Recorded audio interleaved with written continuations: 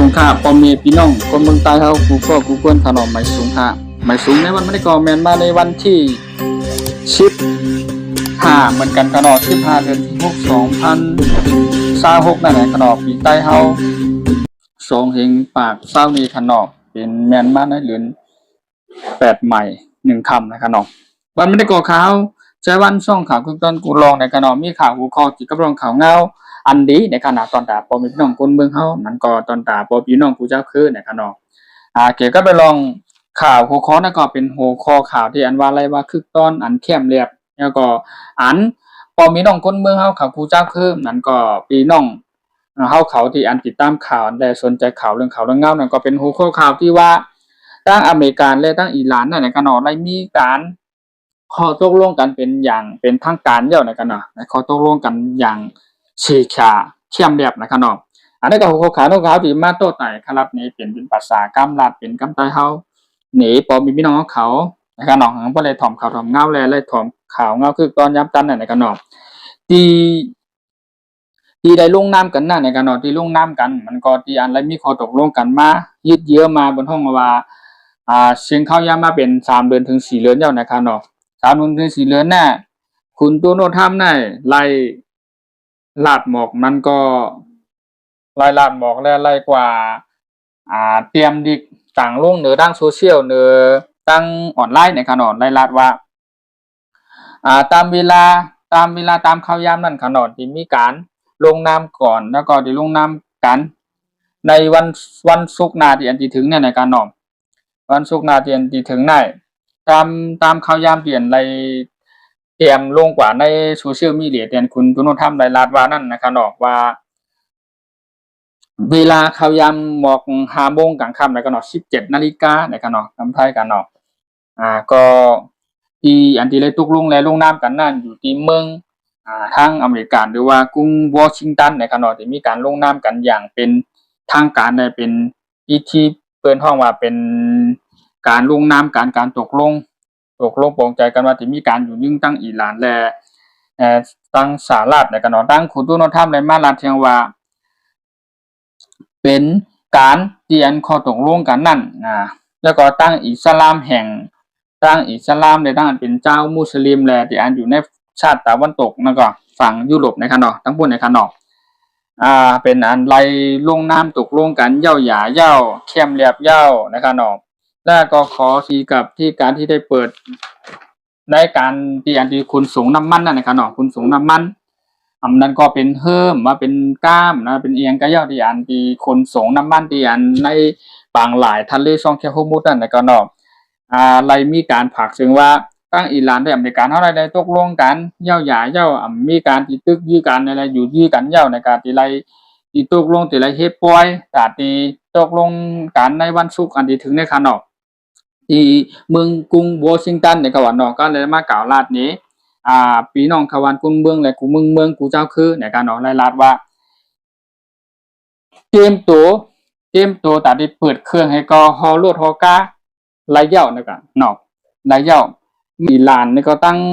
ช่องแคบมุนติมีการเก็บกาอันที่ผ่านกว่าเก็บน้ำมันอันเฮอดีเลียนกว่าคนน้ำมันมีการเก็บสังเย่าดีปล่อยปันให้มันเป็นปูนพรบนห้องว่ากว่าทางไปลมนั่นในขณะที่กระตังน้ำมันคนน้ำมันนั่นก็ตั้งอิหร่านก็เลยตกลงว่าที่มีการยื้อที่มีการเลยเก็บกาอันที่เข้ากว่าขนน้ำมันผ่านน้ำมันนั่นก็ต้องชุดซักต้องไม่จ่ายเฮาแล้วก็เปิดซ้อใกล้เปิดซ้อโลดให้ได้น้ำมันอย่างเต็มที่ระยะค่ากำไรในกว่าเนาะกำไรหลายช่องที่ข้อมูลนั่นก็เนาะก็เลย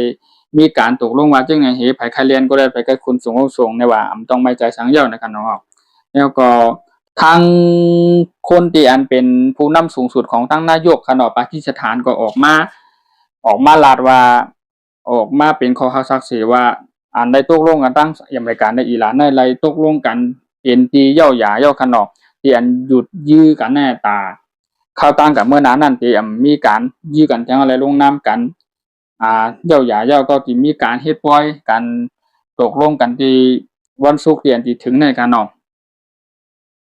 แล้วก็ตั้งกูที่เมืองสวิตเซอร์แลนด์นะครับนะทั้งเมืองสวิตเซอร์แลนด์ก็ สวิตเซอร์แลนด์นายกสวิตเซอร์แลนด์ไล่ห้องเอาตั้งกูเมืองกูเจ้าคือนั่นก็โฮมกันเสถึงเมืองเลบานอนนั่นที่มีคอตกลงและเกี่ยวข้องนั่นเป็นนายกสวิตเซอร์แลนด์เป็นนายกกูเมืองเป็นเมืองใหญ่มันนั่นก็เลยมาตกลงอะไรมาอุปโอกันว่าขอตกลงน่ะที่เกี่ยวกับไปเลยลองอันเป็นสู้ซักกันอยู่ในเมืองเลบานอนน่ะทั้งอิสราเอลทั้งเลบานอนได้หายโหกันนั่นกันดอกได้เปิดศูนย์เปิดนาซึกนาซึกจูกันอยู่นั่นก็เป็นข้อตกลงอันได้มาเที่ยงนะกันดอกเดี๋ยวก็เฮ็ดให้ตั้งเฮ็ดบริการและตั้งอิหร่านนะครับเนาะกับการที่ได้โจมตีทั้งฮิซบอลเลาะห์นะครับเนาะโจมตีทั้งฮิซบอลเลาะห์ทั้งอเมริกันและทั้งอิหร่านนั่นก็ข้อตกลงอันนั้นก็เลยมาเกี่ยวกับเรื่องของทั้งฮิซบอลเลาะห์นั่นที่เลยมีการโจมตีกันอยู่นั่นก็ที่เลยมีการหยุดขึ้นแต่ต้องการให้หยุดยื้อว่าเท่าที่ให้ต้องการให้หยุดยื้อกันให้มีการตอบโต้กันแทงนะครับมันอยู่ในข้อตกลงที่ทั้งอิหร่านและอเมริกันที่ตกลงกันในวันศุกร์ในนะครับเนาะเป็นอย่างเย่าหยาเย่านะครับเนาะแล้วก็อย่าง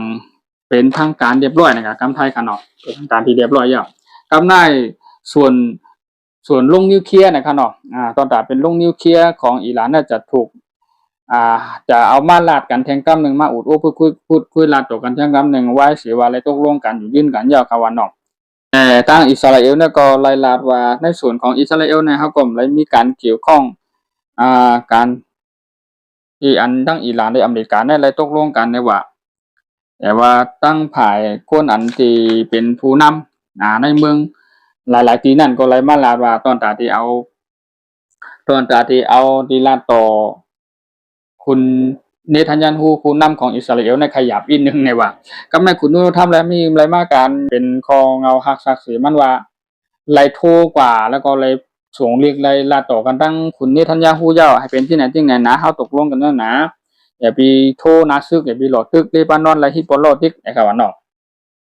อย่าไปเฮ็ดอันทิกๆนะครับว่าคำนายเพราะว่าเลบานอนเห็นทางอิสราเอลเนี่ยฝังตึกกันแน่มันบ่เยอะไปโตมนั้นก็คำนายนังเลบานอนในฮิบอลเนี่ยมันทำเป็นป่วยหลีของอิหร่านนั่นครับเนาะเฮ็ดให้ข้อตกลงอันแลอันได้ลงลายมือร่วมกันนั่นมันก็มาเกี่ยวข้องต้องเลบานอนในฮิบอลทั้งฮูตีจ้าในครับเนาะกำลังในข้อตกลงนั้นใครมันไปตกลงเรื่องในแห่งป้าทางเลบานอนก็เต็มได้มีการโทนาซึกเต็มได้มีการเทียงเอ็นเทียงขึ้นมาเต็มไรเอาหมากมือจื้นย่ามขึ้นมาแทงเต็มไรมาตึกกันทั้งอิสราเอลเทียงทั้งฮิบอลก็ไรกึดกว่าอย่าไปเฮ็ดอะไรสั่งจุ่มขึ้นมาแทงอย่าไปส่งลังนักกองกลางอย่าไปเข้านักซึกต่อทั้งอิสราเอลเที่ยงจะมีข้อตกลงมากันในเที่ยงในขนมกำไรพวกผายทั้งข้อตกลงอันในเย้าหยากว่าเย้านะก็จะเลยมีการกว่าเฮดปอยที่เมืองที่กรุงวอชิงตันนะครับว่าผ่านในวันศุกร์ในขนมจะเลยมีข้อตกลงกันเป็นอย่างกรุงเมืองจะได้มาหูจอมหันจอมเราเป็นของเราหักศักดิ์ศรีมั่นในขนมกำไรเกี่ยวกับเป็นลงนิวเคลียร์ได้ขอตกลงได้เพราะว่าเสียและอุปการเรื่องการอยู่ยื้อกันเย้าในโจมตีเมืองอิหร่านแดอเมริกันเนี่ยนั้นก็ตั้งอิสราเอลตั้งเลบานอนนะฮูตีและฮิซบอลเลาะห์จะนำเลยตึกกันเอาอะไรเป็นปังตึกกันหยุดฝ่ายเย้าในกันเนาะกึดฝ่ายเย้าในลือฝ่ายเย้าในกำแน่เคียงอันเป็นคุณตุนุธรรมก็เลยมากล่าวลัดถึงว่าเรื่องนิวเคลียร์เนี่ยเพราะว่าอิหร่านที่ย่อมตกลงแทงกั้มหนึ่งเฮอำเฮ็ดเนี่ยก็ตกลงว่าไหนเนี่ยก็เกี่ยวกับเป็นรองการตัวท่อการปล่อยเรื่องการที่เฮ็ดมาค้าขายที่อันเป็นเพิ่นฮ้องว่าคอมบาตในขณะที่ปล่อยคอมบาตแล้วก็มันก็หมายความว่าที่ปล่อยกูชื่อกูมิวนั่นขณะที่เฮ็ดให้ปิดกันไปมักมีอิหร่านที่ปล่อยมันกูชื่อกูมิวนะครับว่าก็ตกลงทำได้มาลัดแทงกำหนึ่งกำลังชุนขนาดเพราะว่าสิเลยเฮ็ดขอตกลงหลายๆอุปโอปังกลุ่มกันเย้าหยาเย้ากำในวันศุกร์แต่ที่ถึงที่เฮ็ดปล่อยเต้ๆเฮ็ดปล่อยก็เฮ็ดปล่อยเป็นข้อตกลงกันที่อยู่กันอิหร่านในอเมริกาในขณะที่กรุงวอชิงตันว่าสินั้นมาคุณทำก็มาลาแทงกำหนึ่งกำลังชุนว่าบ่ข้อตกลงอิหร่านเนี่ยอันที่อันอายุนี่เคนะเต็มได้เฮ็ดได้สร้างได้เพราะว่าเฮ็ดจอมปากเปิดอันเฮาตั้งไว้ปานนั้นก็เฮาสิปล่อยบันลึงไปมักมีเนี่ยเฮาสิเฮียมกันนะครับเฮาสิเฮียมกันมีข้อตกลงอันนี้ก็ดีๆขึ้นมาแทงอิหร่านก็เต็มได้เฮ็ดนิวเคลียร์ว่าหนังไหนนะครับเนาะเกี่ยวกับลงข่าวดังเมืองอเมริกาในอิหร่านเขาตกลงกันและดังเรื่องการตึกกันยี่กันเงาไล่ในขนมมีข่าวเงาลึงใหม่ๆนะเข้มเรียบตอนแต่พอมีพี่น้องคนเมืองแลปอนับ ตอนด่าปอพี่น้องกูเจ้าคือนั่นนะเขาใจวันหรือช่องข่าวคือต้นกูร้องนั่นก็เลยเอามาอ่านต่อแต่ขลัดนี่เป็นภาษากำไตเฮานั่นคือปอเป็นพี่น้องคนไตเฮาในเมืองไตปอปึ้งกูที่กูตั้งว่าอยู่จำอยู่ไกลกันเนาะพี่น้องในเมืองกูเมืองในคันเนาะเจียนพี่น้องชาวคือไตเฮานั่นอะไรมาถ่อมข่าวถ่อมเงาติดตามช่องข่าวช่องข่าวคือไตข่าวคือต้นกูร้องนั่นในกันเนาะฝากอย่าลืมเข้าไปกดไลค์กดแชร์กดติดตามปันกดหินปันหนังให้เพื่อจะได้ติดตามข่าวคือตอนย้ำจันนั่นในก็ข่าวใจวันช่องข่าวคือต้นกูร้องนั่นในก็มีหัวข้อข่าววันในก็มีหนังในขนาดที่จำลองอเมริกาในการในตกลงกันในการอยู่ยืนนั่นในคานองเพื่อถ่ายผมที่เราเขาอยู่ดีกินวันตัวใจของเออก็ยังทำการในคานองไปสู่ทุกข้อข่าวมันเสีย